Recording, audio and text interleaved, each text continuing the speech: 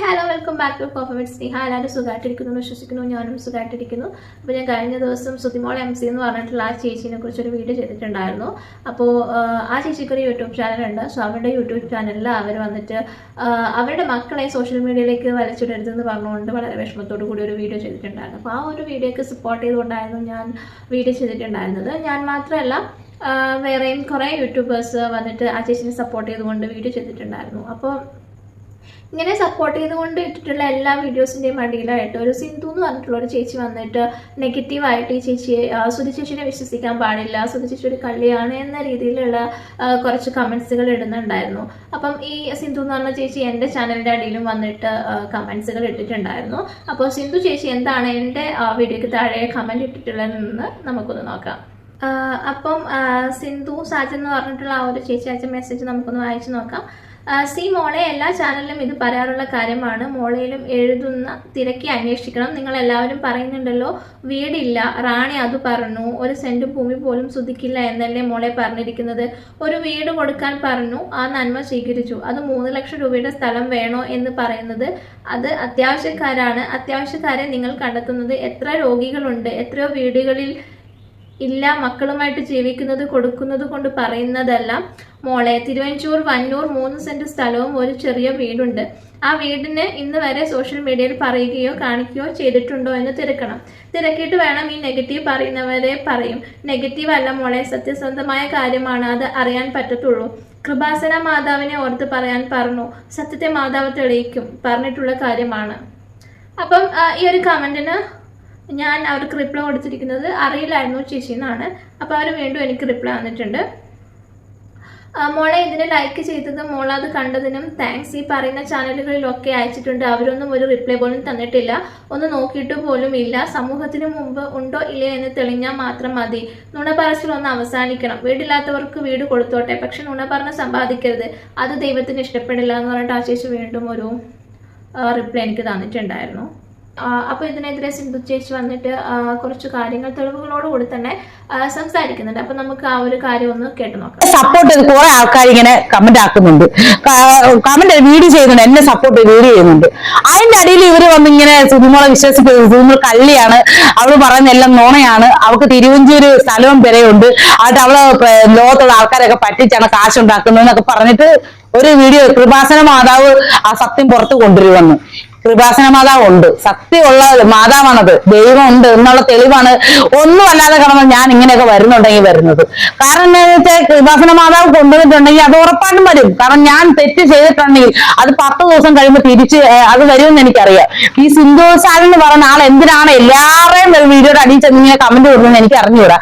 ഇപ്പൊ അതിന്റെ അടിയിൽ അയ്യോ, അപ്പൊ ആ വ്ളോഗ് വെച്ച് പറയുന്നുണ്ട് ചേച്ചി, അല്ല ചേച്ചി ഞങ്ങൾക്ക് ഇതിനെപ്പറ്റി അറിയാൻ മേലായിരുന്നു എന്ന് പറയുമ്പോൾ ഇവര് പറയുന്നു ഇവളെ സപ്പോർട്ട് ചെയ്ത് പറയുന്ന എല്ലാ വ്ളോഗേഴ്സിന്റെ അടിയിൽ കൂടെ ഞാൻ ഈ കമന്റ് എടുത്ത് ആരും മൈൻഡ് ചെയ്യണില്ലെന്ന്. അതുകൊണ്ടാണ് ഞാൻ ഇങ്ങനെ ഒരു വീഡിയോ ചെയ്തതെന്ന് പറയുന്നത്.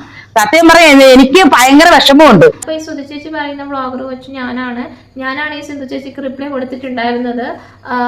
അറിയില്ലായിരുന്നു എന്ന് പറഞ്ഞിട്ടുള്ള റിപ്ലൈ ഞാനാണ് കൊടുത്തത്. കാരണം ഈ ചേച്ചി നീട്ടി വലിച്ചിട്ടുള്ള ഈ ഒരു മെസ്സേജ് അയച്ചപ്പോഴത്തേക്കും ഞാൻ വിചാരിച്ചു, ഒരു നിമിഷം ഞാൻ ചിന്തിച്ചു, ഈ സുധി ചേച്ചി പറയുന്നത് കള്ളമാണോ, ഇനി സുധി ചേച്ചിക്ക് ഈ പറയുന്ന സ്ഥലത്ത് വീടും സ്ഥലമൊക്കെ ഉണ്ടാവോ എന്നുള്ളത് ഒരു നിമിഷമെങ്കിലും ഞാനൊന്ന് ആലോചിച്ചിട്ടുണ്ടായിരുന്നു.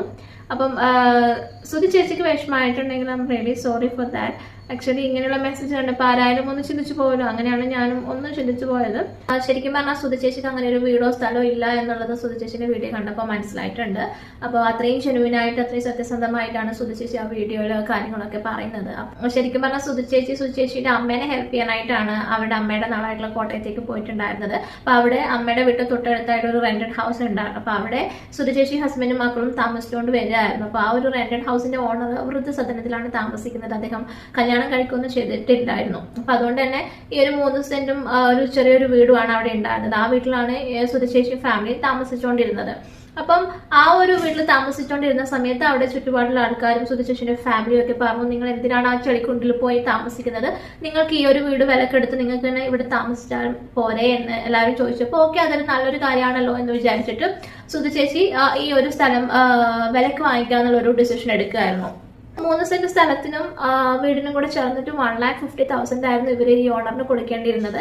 അപ്പോൾ സുധ ചേച്ചി പണിയൊക്കെ എടുത്ത് ഉണ്ടാക്കിയിരുന്ന കുറച്ച് ഗോൾഡും പിന്നെ സുധ ചേച്ചിയുടെ അമ്മയുടെ PF ഒക്കെ ചേർത്ത് ഒരു 1,50,000 ഉണ്ടാക്കിയും ഈ ചേട്ടന് കൊടുക്കുകയും ചെയ്തു. ഈ ചേട്ടൻ അതിന്റെ ആധാരം ഈ സുധ ചേച്ചിക്ക് കൊടുക്കുകയും ചെയ്തു. സുധ ചേച്ചി അതും എടുത്ത് രജിസ്ട്രേഷന് പോകാനായിട്ട് ചെന്നപ്പോഴാണ് ആ ഒരു ഓഫീസിൽ എത്തിയപ്പോഴാണ് സുധ ചേച്ചിക്ക് മനസ്സിലാക്കാൻ പറ്റുന്നത് ഈ ഒരു സ്ഥലം എന്ന് പറയുന്നത് ഒരിക്കലും അവരുടെ ഫാമിലി മെമ്പേഴ്സിന് കൈമാറ്റം ചെയ്യുക എന്നല്ലാതെ പുറത്തുള്ള ഒരാൾക്ക് ഈ ഒരു സ്ഥലം വാങ്ങാനോ വിൽക്കാനോ ഒന്നും കഴിയില്ല എന്നുള്ള ഒരു സത്യം സുധ ചേച്ചി അവിടെ വെച്ചിട്ടാണ് മനസ്സിലാകുന്നത്. ആ ഒരു സ്ഥലം അവരുടെ ഫാമിലി മെമ്പേഴ്സിന് മാത്രമാണ്, അവരുടെ ബ്ലഡ് റിലേഷനുള്ള ആളുകൾക്ക് മാത്രം ഇങ്ങനെ കൈമാറ്റം ചെയ്ത് പോകാൻ മാത്രമേ പറ്റത്തുള്ളൂ. പുറത്തുള്ള ആൾക്ക് ട്രാൻസ്ഫർ ചെയ്യാനായിട്ട് പറ്റത്തില്ല, അവർക്കും അത് വാങ്ങാനോ ഒന്നും സാധിക്കില്ല എന്നുള്ളത് സുധ ചേച്ചി അറിയുന്നത് രജിസ്ട്രേഷന്റെ സമയത്ത് മാത്രമാണ്. അപ്പോൾ അങ്ങനെ ആ രജിസ്ട്രേഷൻ അവിടെ നടന്നിട്ടില്ല.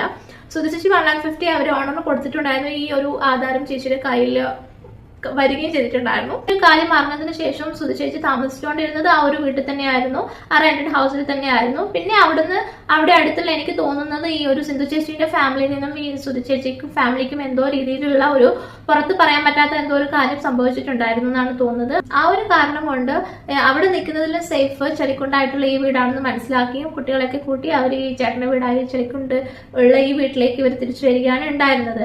അപ്പം സുധ ചേച്ചി ശരിക്കും പറഞ്ഞാൽ സുധേഷിന്റെ 1,50,000 പോയി കിട്ടുകയാണ് ചെയ്തത്. പക്ഷെ അതിന് പകരമായിട്ട് സുധ ചേച്ചിക്ക് ആ ഒരു വീട് വാങ്ങാൻ കഴിഞ്ഞിട്ടുണ്ടായിരുന്നില്ല. ഇത് അറിഞ്ഞിട്ടുള്ള ഈ സിന്ധു ചേച്ചിയാണ് ഇവരിത് വാങ്ങി എന്നുള്ള തെറ്റിദ്ധാരണയിലാണോ ഇനി വാങ്ങിയിട്ടില്ല എന്ന് അറിഞ്ഞുകൊണ്ട് ചേച്ചിക്കെതിരെ ഒരു നെഗറ്റീവായി ഇമ്പാക്ട് ഉണ്ടാക്കാം എന്ന് വിചാരിച്ചിട്ടാണോ എന്നറിയുന്നില്ല ഈ ഒരു കാര്യം എല്ലാ ചാനൽസിന്റെയും അടിയിൽ വന്നിട്ട് ഇങ്ങനെ കമന്റ് ആയിട്ട് ഇട്ടുകൊണ്ടിരുന്നത്. സത്യാവസ്ഥ എന്താ ഞാൻ പറയാണ്, എന്റെ അമ്മച്ചിക്ക് ക്യാൻസർ പേഷ്യന്റ് ആയിരുന്നു. അമ്മ ക്യാൻസറിന്റെ അസുഖം ഉണ്ടായിരുന്നു, കിഡ്നി കംപ്ലൈന്റ് ആയിരുന്നു, മേജർ അറ്റാക്ക് വന്ന ആളാണ്. ഷുഗർ, പ്രഷർ, കൊളസ്ട്രോൾ എന്ന് വേണ്ട കംപ്ലീറ്റ് അസുഖങ്ങൾ അമ്മച്ചിക്ക് ഉണ്ടായിരുന്നു. ഏത് സമയവും നമ്മൾ മെഡിക്കൽ കോളേജിലായിരിക്കും, ഫുൾ ടൈം മെഡിക്കൽ കോളേജിലായിരിക്കും. എന്റെ ആളയ്ക്കും വൈഫിനും അമ്മേനെ ഏത് നേരം കൊണ്ടിടക്കുള്ള പ്രശ്നങ്ങൾ കാരണം അമ്മ എന്നെ അടുത്ത് വെച്ചിട്ട് പറഞ്ഞ്, സുധുമോളെ നീ ഒരു കാര്യം ചെയ്യും, എനിക്ക് എന്നെ നോക്കാനായിട്ട് ഇവിടെ വന്ന് നിൽക്കാൻ മോനെ, അവർക്ക് ഒറ്റയ്ക്ക് എല്ലാം കൂടെ നടക്കുന്നില്ലടാ, അതുകൊണ്ടാണെന്ന് പറയുന്നു. അപ്പൊ ഞാൻ ചേട്ടാ ചോദിച്ചപ്പോൾ ചേട്ടൻ പറയും എന്താണ് വേണം നമുക്ക് ചെയ്യാടിയത്. അങ്ങനെ കാരണം നിന്നെ വളർത്തി ഒരു നിലയ്ക്ക് എത്തിച്ച് നമ്മുടെ അമ്മേനെ നമ്മൾ നോക്കിയാൽ നമുക്ക് ഒരു പുണ്യം കിട്ടും. നമ്മൾ അവരെ നോക്കിയാണ് നമ്മളെ മക്കൾ നോക്കുള്ളൂ.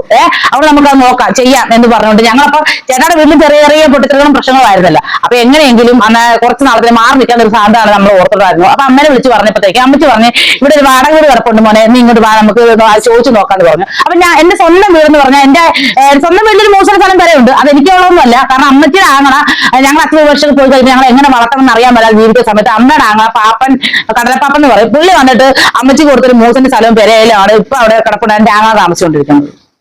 അവിടെ അമ്മ വിളിച്ചും പറയുമ്പോൾ നമ്മൾ താമസിച്ച വീടിന്റെ 3ാമത്തെ വീട് വാടകയ്ക്ക് കൊടുക്കാൻ കിടക്കണം, കൊച്ചുങ്ങൾ വരാവോ നമുക്ക് നോക്കാന്ന് പറഞ്ഞു. അങ്ങനെ ഞാൻ അവിടെ ചെന്നപ്പോഴത്തേക്കും വാടക വീടാണ്, വാടകയ്ക്ക് വീട് എടുത്തു, എല്ലാം സെറ്റാക്കി കംപ്ലീറ്റ് കാര്യം നമുക്ക് കിട്ടി. അത് ഈ നമുക്ക് വാടകയ്ക്ക് വീട് തന്ന ആൾക്ക് ഭാര്യയൊന്നുമില്ല, അയാൾക്ക് മക്കളൊന്നും ഇല്ലാത്തതുകൊണ്ട് അയാൾ നോക്കാൻ ആളൊന്നും ഇല്ലാത്തതുകൊണ്ട് അപ്പൊ KV ചാക്കോ എന്നാണ് പുള്ളിയുടെ പേര്.